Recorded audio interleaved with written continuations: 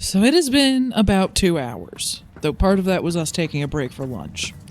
So I have optimized both characters as much as I could do. I even went around to all the merchants checking for gear to buy, and we did buy a few things, and I went through the gear we'd picked up, all that stuff. And we have gold coming out of our ears, so we can continue to buy equipment. In fact, we have so much that if we really wanted to, we could go buy, like, scoundrel skills and necromancer skills and, like, all these skills that do physical damage that we haven't been using. We could completely, like, respec into those builds if we wanted to. And generally speaking, from what I've played, those builds do tend to be more powerful because you're not worrying about a bunch of different types of resistances, and everyone's doing physical damage, which means you're hitting that one armor type.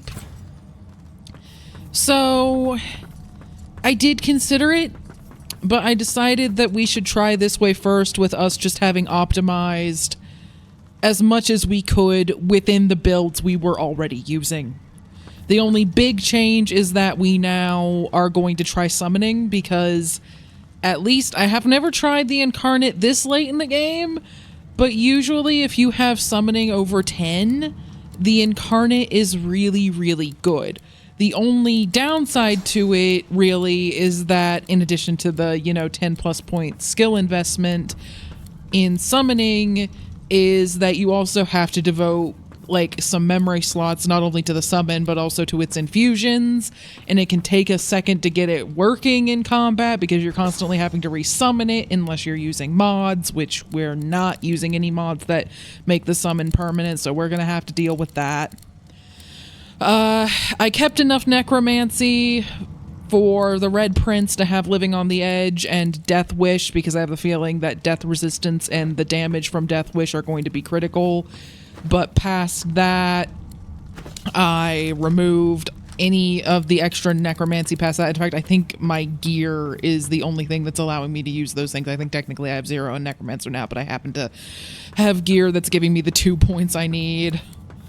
Aerithurge, Geomancer, and Hydrosophist I left where they were. I know we're getting some bonuses from gear on those things, but I took everything out of Warfare. I took everything out of like Huntsman or Scoundrel. Anything you're seeing in any of those is just coming from gear.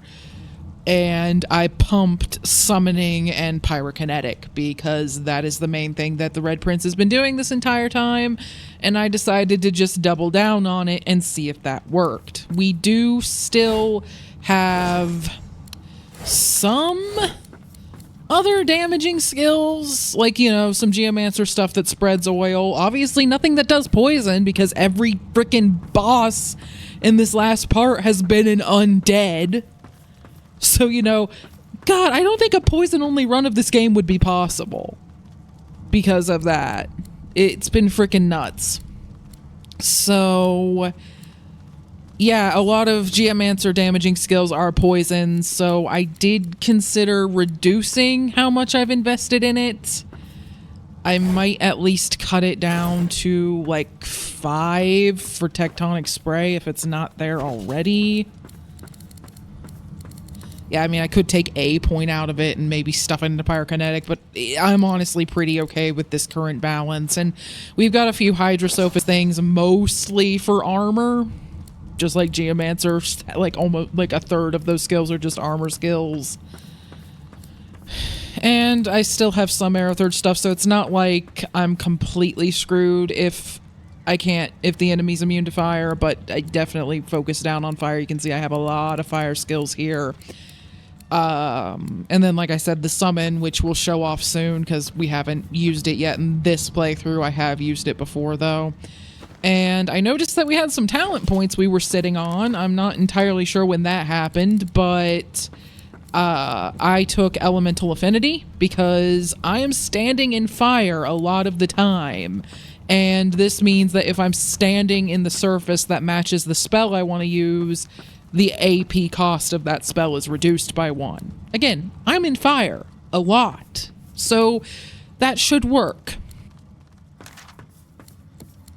Didn't change anything about the civil abilities. And then on attributes, I was trying to like experiment with warfare skills and try being a bit more of a spell sword. Like I had a two-handed blade and everything, and it just, even when I tried to like purchase blades to keep the weapon damage scaling, I don't know if I'm missing something about it. Maybe the problem is that I'm not putting enough into like the two-handed and single-handed skills, but you simply don't have enough combat ability points to do that, even as a lone wolf, if that's the problem. And I would try to like pump strength, and I had it up at like 26 with buffs before, and it was not worth it. It was not keeping up. So I took strength down to the minimum to use the gear that I want to use. Obviously, I killed finesse a long time ago, so those are very, very low. And I took constitution down a tiny bit, but not too much.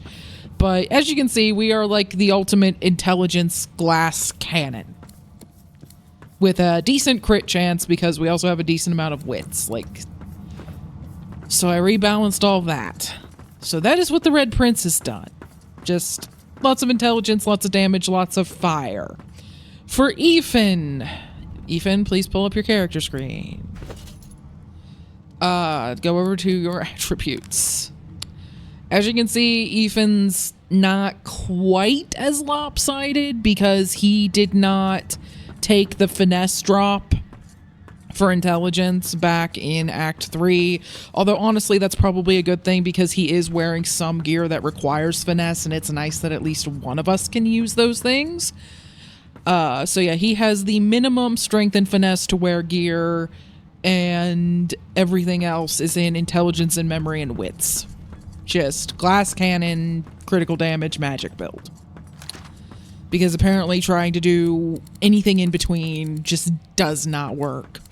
And then, go back to the bottom of the list, thank you. As you can see, he's a little more spread out across different damage types. Like he has some Aerothurge, some Hydrosophist, in addition to the Pyrokinetic. So, and if you look at your skills, he has a much wider variety of damaging spells, particularly in water and air damage. But he also has the summoning stuff. And I also wanted you to try, if you look at your necromancy skills, it would be easier if you just, went to those. Unholy Ritual, if you pull up the thing on that. It comes at the cost of some elemental resistances, but we're not getting hit with that much elemental damage in this fight. So you get 1 additional AP per turn and 5 intelligence. So I wanted to give that a try. I'm honestly thinking I might try it on me if I happen to even know that skill. No, I would need to go buy it. We'll try it just as is first and see if it's even useful, but yeah, so we're both just I went through and optimized our stats, and for Ethan, he had 2 talent points he was sitting on. I gave you Mnemonic, and then you picked Bigger and Better for your second one, because since you don't have like a fire immunity skill, and you're not always standing in fire, and you do a bunch of other damage types, not just fire, like not overly focused on it, I didn't know that elemental affinity would really help you as much.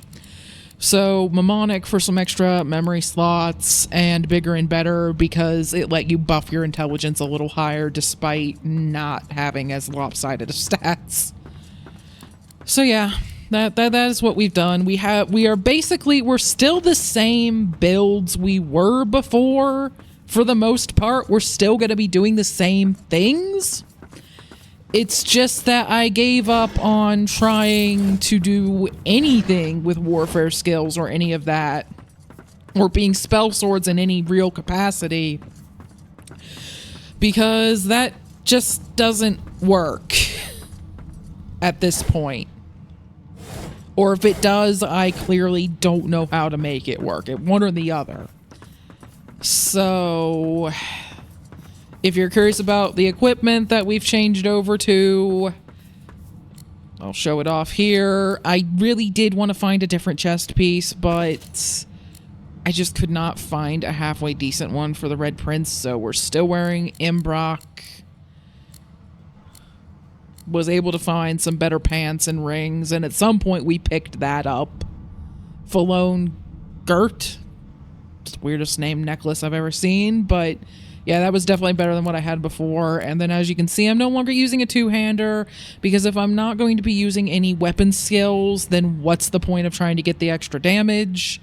The one-handed flame blade, the only downside is it doesn't give me the +1 pyrokinetic, and the strength bonus is slightly lower, but that doesn't affect much either as long as I can wear my gear. So it allows me to at least have a shield. So I have armor that is a bit more comparable to Ethan's, although his is still better. Some of the finesse gear that I couldn't use ended up being pretty dang good. So he did get slightly better gear. So yeah, that was the best I could think of without completely changing our builds to be like physical damage builds that I've done before. And I didn't want to do that. I don't really like using the respec mirror to even do this much. I find it kind of cheaty, even though it is a thing that is in the base game.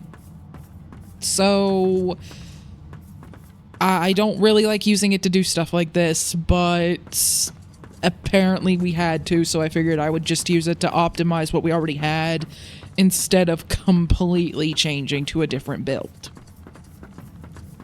So hopefully this works, because if it doesn't, then at that point I'm going to throw my hands up and just start doing the Necro Warfare Scoundrel build that I have done before, that I'll probably have to edit like crazy because YouTube will not like it.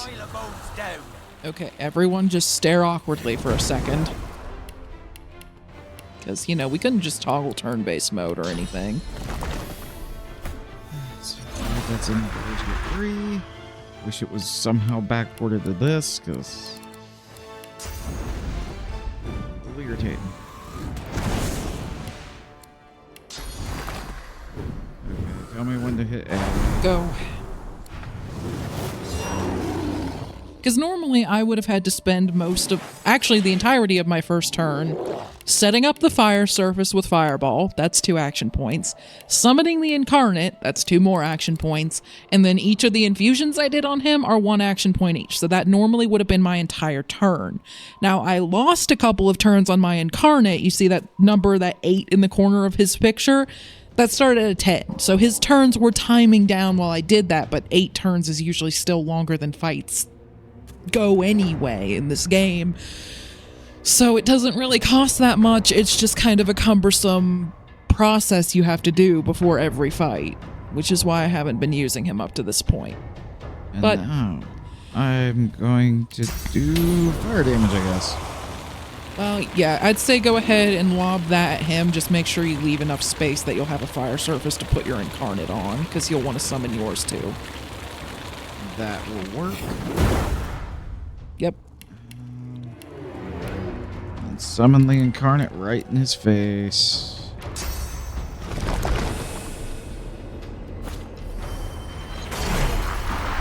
Incarnate Champion is now here. Yep, put confusions on him, because otherwise their armor is kind of crap. Confusion. No, I'm not going to end my turn before I run out of action points. And now your Incarnate will get to go immediately, because this is the turn you summoned him, so he's not in normal initiative order. Now he can chuck his own fireball with the thing, if you want. Yeah, and he's immune to fire damage, so you don't actually have to worry about the Incarnate hitting himself. And we don't have to worry about hitting him. I guess I could just keep... Don't know if I should do a whirlwind or... Whirlwind is fine. Range. So yeah, I need to keep doing that damage. Okay, go invisible. By the time you get here, everything will be on fire and you'll just be uninvisible. I'm gonna summon totems because I finally remembered to put that skill back on the bar. I don't know if they'll attack the dragon properly, but we'll get to see before. And if they don't, if they once again decide not to attack the dragon, then we just won't summon them in this stage anymore.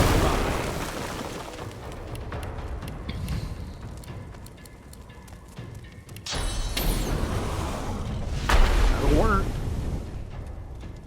Yeah, okay, just don't summon the totems until the thing is loose. That's really dumb, but that is the way it works, apparently.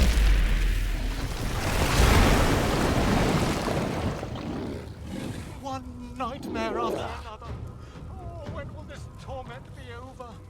And this is my incarnate's turn. Once again, everything over here that isn't the dragon is immune to fire damage. So just keep doing it.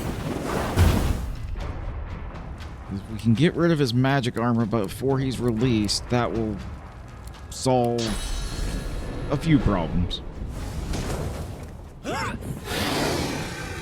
Can you taste the ash on the air? Okay, is it just somewhat random, or is there just a damage threshold where he gets loose? Because he got loose much faster this time than every other time. Yeah, none of this makes any sense. This is the DM pulling some bull. Well, your totem should work now, so you may as well summon them. Just right over here, right behind him. Yep. Do encourage. That should hit a good chunk of people right about now. I yield to none. And you might want to do Mordant on yourself. The necromancy buff that we're trying out.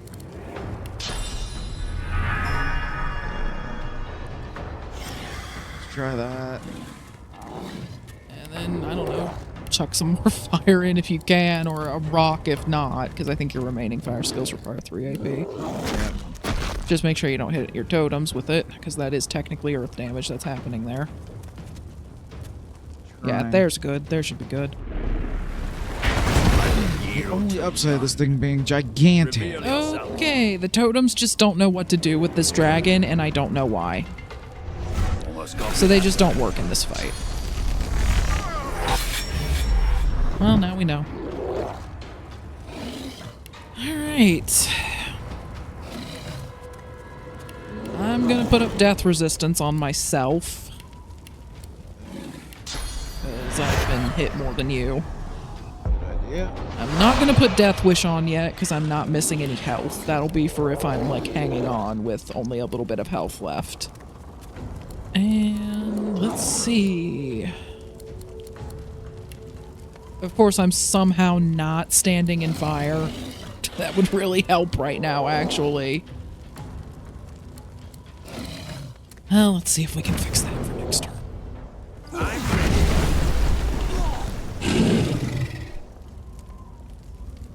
Alright, game, I'm out of action points. Oh, it's doing that thing where it's trying to propagate so much fire that it doesn't know what to do. Give it a minute. Wait. I'll put in a little cut if need be, so you guys don't all have to sit through it, because sometimes this goes for... Okay, nope, didn't take that long.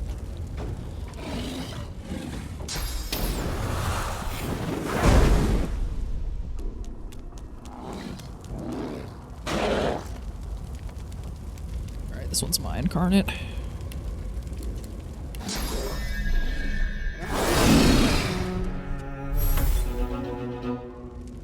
Oh, apparently the reality tears can be taken out if you hit them. I didn't realize that was a thing. So we can actually keep him from summoning more things. I'm gonna see if I can get... I can. Yeah, let's not have more minions coming in. Ow. Let's go. The brave dragon did bravely run away.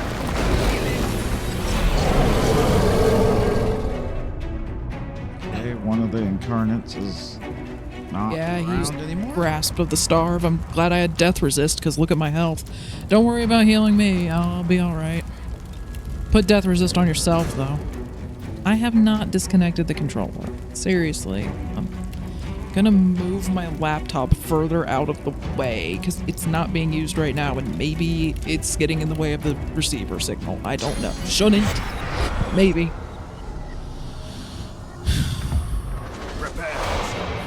And if you could put Death Wish on me.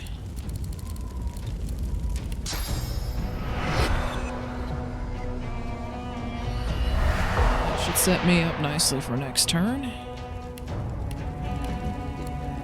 A rock, maybe? That might work. Might as well. It did! Yeah, keep hitting me. I'm death resisting. So's he. Oh, and I'm doing basically double damage thanks to Death Wish.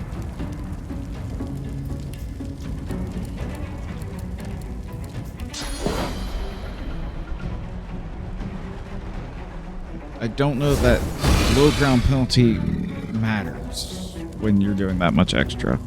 Not really, no.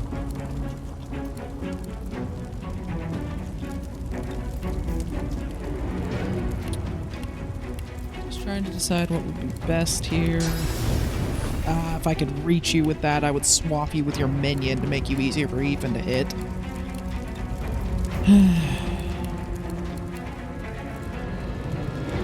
Look at how much damage my fireball does. 933 to 1032. That's like 5 times as much damage as before. Well, not 5 times. I think because yeah, my smaller fireballs were doing like 200 damage a piece ish, like 100 some to 200 before, and that was doing like 300 to 400. I'll have to check the footage.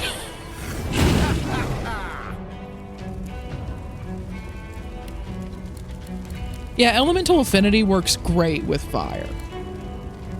With other element types, I know with necromancy spells, if you're throwing, you know, red Kool-Aid everywhere, then it does great. And then fire's like the other really good one. Poison and oil tend to explode, so it's hard to keep them around for geomancy. And I have no idea. You have to be on like shocked water, or ice for Hydrosurfaced and Aerothurge, and those all have problems. Anyway. Let's see, is he within range? Maybe? His toe is in it. Yeah, he got hit by it, and also it hit his little minion there. But apparently it won't make a 1 AP spell free. Which is a shame. Have a laser. Got him.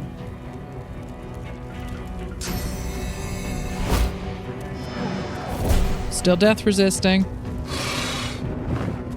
Okay. Where are you going?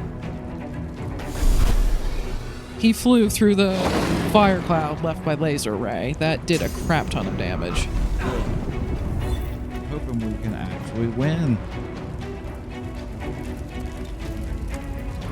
well, unfortunately, his reality tears are going to get a chance to possibly manifest if we don't do something here. Earthquake! Earthquake. Earthquake! Earthquake, my dudes. Do you still have eruption? I think so. Yep, I do. Yeah, do that. More death. And then I'd say use your last point to put a healing spell on... Oh, no, never mind. I'm decaying. Don't do that. Maybe just put some physical armor or something on me in the hopes that I can keep myself alive.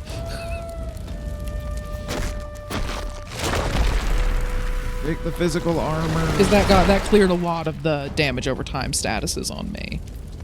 Alright, the game's still propagating Game's fire. figuring itself out. As of now, it's taking its sweet time, but it'll figure it out. Like, I guarantee that somewhere off screen, fire is just spreading. Oh, good. We finally got him. Okay, I figured it out. Let's see. I'm not decaying anymore, so I'm going to take 1 action point before we drop out of you know, the fight, because I don't think his minions, I hope his minions don't last beyond him, but who knows. I'm gonna start healing myself, even though it's gonna lower my damage a bit right now, because I don't want to keel over at the end of the fight because of the fire.